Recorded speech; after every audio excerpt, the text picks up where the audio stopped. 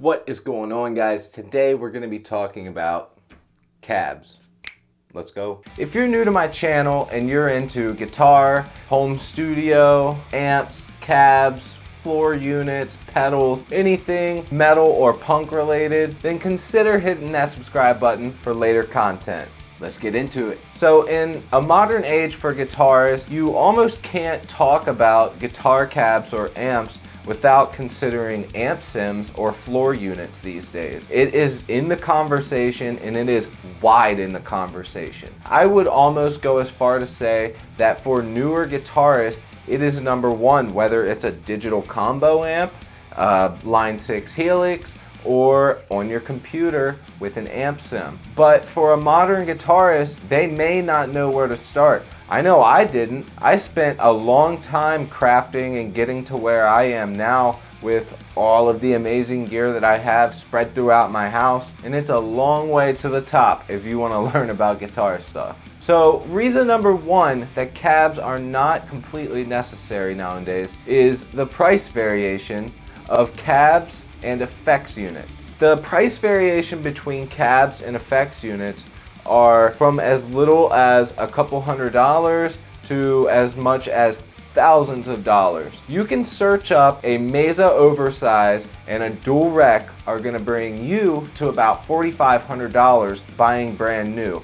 Even if you aren't buying brand new, that's still about $2,500. The price for a Mac Daddy Line 6 Helix brand new is around $1,500 to $1,600. You can find them used or dent and scratch online for an even lower price. Reason number two, for a recording situation or just jamming situation, you don't have to mic up a cabinet. To mic up a cabinet, you need XLR cables, you need microphones, you need to have monitors and interface, you need to know how to run a DAW, you need to know all of these things just to be able to record your tone. And this isn't including having the space to do so. When you buy an amp sim or an effects unit, you're getting real IR captures of professional studios. You're getting amp heads that you might not be able to afford. You're also getting microphones that you might not be able to afford, all compacted into one unit. But I'll also be the first one to tell you, miking up your first cab and recording that is a magical feeling, especially when you're able to put it in a mix or send a demo to your friends. It feels great. It makes you almost feel like you're more in tune with the song and the sounds that are going on. And I will say, I do prefer to record my own guitar tones and have my own IRs. But with having dozens and hundreds of different options inside of a unit, mixed with boutique amp heads, your options are sort of weighed out. So you either buy one cab, one amp head with all your money, it's gonna cost you more than a floor unit, or you buy an effects unit and you have dozens of cabs, dozens of amps, a bunch of mics, and a bunch of different positions. Reason number three is probably the most obvious: inconveniencing your family, your friends, and your neighbors. Not only can it be distracting for people that you live with, but it can also take up a lot of space. Some people aren't in the position in life to be able to have a 4x12 and rock out, and you know, that kind of sucks, but there are a lot of options for you guys out there. And some of you might say, well, I have a combo amp. I plug in my headphones and play silent. Good for you. But let's say you want to take that to a band practice setting.